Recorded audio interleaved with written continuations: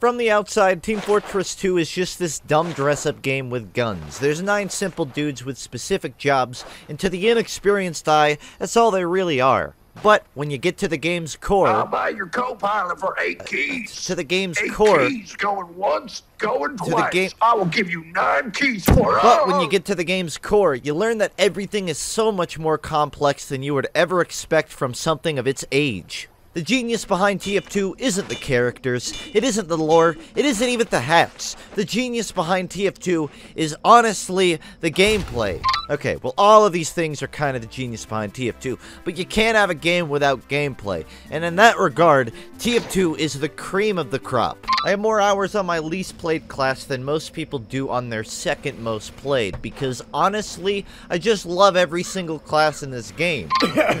Except Pyro. They're balanced in this really deceptive way where, despite how complex a class may be, it will still seem pretty simple from the surface. Like, oh, Heavy seems pretty simple. He's got a gun and he shoots. Alright. But then, you die a few too many times, and you start playing more safely, and before you know it, you're ducking behind edges because you figured out that Heavy, for some inexplicable reason, shoots out of his eyes, not his gun. Oh god, turn it back! Sniper seems pretty simple. He's got a gun, and he shoots. But you stop getting kills, because enemies can see your dot, and they know what door you're watching. So then, you figure out that you can hide the dot on another wall while watching the door from the side of your scope, and you can trick enemies into thinking, ah, this door's safe to walk through. And then, boom! My point is, this deceptive simplicity can be found all throughout TF2, and I guarantee you anyone who plays the game has gone through the exact same realizations we all do. TF2 is a complex game. Too complex for its own good. It doesn't teach new players how to overcome this obstacle, but I already made a video on that. So today, I instead want to talk about how this complexity is actually pretty great for making the game so rewarding to improve at. First, we'll start by breaking down these mechanics. Mobility complexity, utility complexity, and engine complexity. Oh, and by the way, this is super simplified for the sake of organization. These are pretty much made-up terms, but stay with me here. In front of you are items that give you new mobility, namely an extra jump or a shield charge. These skills alone can prove useful, but they're only a fraction of the weapon's real capabilities. This is a fan jump. Normally this thing just makes you go straight up and straight down, but a force jump allows you to maneuver yourself in the air afterwards. This is trimping. Normally you stay on the floor, but by sliding off a ramp at an angle, you basically trick the game into thinking you're super slippery. Both of these are examples of deeper complexities that can be used to your advantage, but they're not the only examples. The Boston Basher will damage the user when they miss, so don't miss, right? Wrong! Because if a scout swings while he's getting healed, the medic's supercharge will build even faster. The same effect can be seen with the soldier's escape plan, which slows the heal speed. Now that is utility. Let's set him on fire. Looks like there's no way out of this one, Med. Ha ha ha ha ha! It's the motherfucking Med I see. You know I'm talking with a self-healing.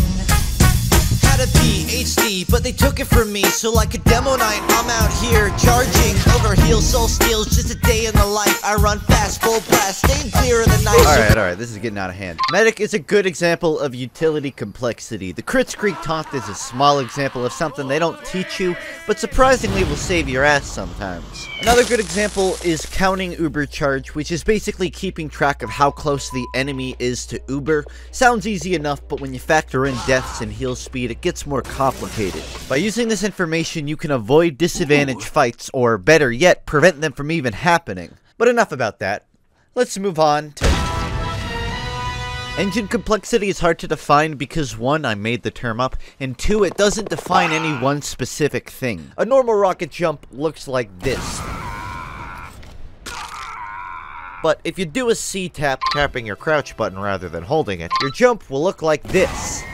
Okay, well that was a lie, but it does let you cross the gap. And you may have noticed the HUD. That's because I took this from Mr. Slin. I tried for hours and I still can't do it. C-tapping is the premier example of a mechanical skill that exists because it's kind of just how the Source engine works. And there's a couple things like that. When a spy disguises, he keeps his normal hitbox. So if you disguise as something like Scout, it becomes a lot harder to headshot you. And it doesn't by any means make you a god at the game by knowing this stuff, but just having that is an inherent advantage over players that aren't as experienced as you. TF2 sucked me in for a lot of reasons. It's funny, rewarding, it's a classic, but what kept me around for this long is that it's honestly just one of very few games that give me a sense of accomplishment from improving at it. TF2 makes me feel like I'm mastering things the developer didn't even realize could be used strategically. It's why after come 8,000 hours in the game, I'm still here in front of you talking about it. Because these things really just make TF2 into some sort of, I don't know, a timeless masterpiece. Hello? TF2 really is a timeless masterpiece. No matter how long you play it, there's always something new to discover hidden within the game's surface. No matter how many times you rocket jump, you'll always end up saying, "That was good, but how can I make my next rollout go even farther?" Every time you use an Uber, you'll always end up saying, "Yeah, alright, but how can I use it more effectively next time?" You'll always keep improving, but you'll also always feel like there's an even higher level that you haven't quite reached yet. That, along with many other reasons, is why TF2 is such a timeless masterpiece. You know that this is my video, right? Yeah, sorry, I'm done. Alright, cool. TF2 is hard to master, but that's exactly what I love about it. I think a lot of new players get turned off the game by how much better everyone else seems when you start, but what they need to know is that getting good isn't just a result of grinding, it's a testament to how enveloping this game can be as a player. Anybody can get that good with enough time, and it's crazy to see how old this game really is in the grand scheme of things, because it has set and held the bar so high for so long. Far before class shooters were even really popularized. The game isn't afraid to hit too hard, it doesn't pull punches, and it doesn't hesitate to force new players to get good quickly. I think we all know exactly what I'm implying here. Team Fortress 2 is the Dark Souls!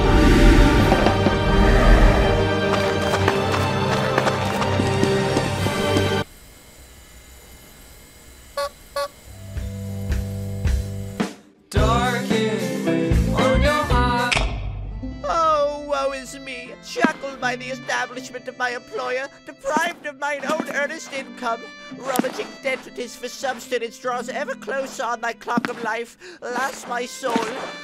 But such an outcome is not destined to be so. With the alternative coinage employed by my twittering stream, I may feast not like a peasant nor a god, but a layman. In other words, I am constantly Twitch streaming. Here's a playlist of some pretty killer videos.